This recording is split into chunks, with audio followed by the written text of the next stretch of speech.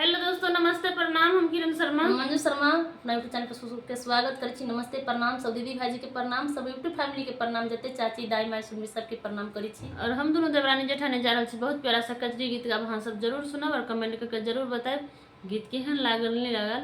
बहुत प्यारा सा कजरी गीत अहाँ सब कमेंट करके जरूर बताएब किनका सबके हमार गीत पसंद ये और किनका सबके नहीं पसंद ये ओहो बताएब, और जिनका सबके पसंद है ओहो कमेंट करके जरूर बताएब।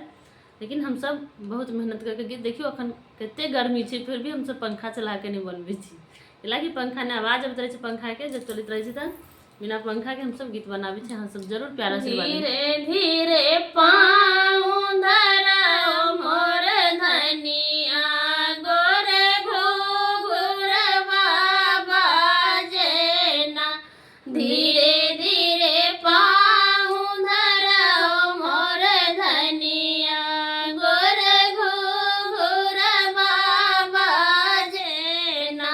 सासु बोलावे हमके अरावे, सासु बोलावे हमके अरावे, मटकी में पनिया भरावे ना, मटकी में पनिया भरावे ना।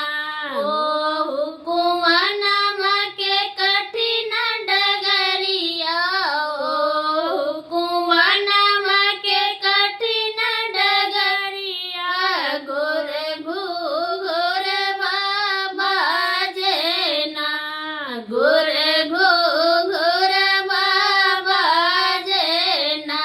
धीरे धीरे पाँव धरौ मोर धनिया बर घुघुरवा बाजेना, धीरे धीरे पाँव धरौ मोर धनिया गोरे घुघुरवा बाजेना। कहिया चलत धीरे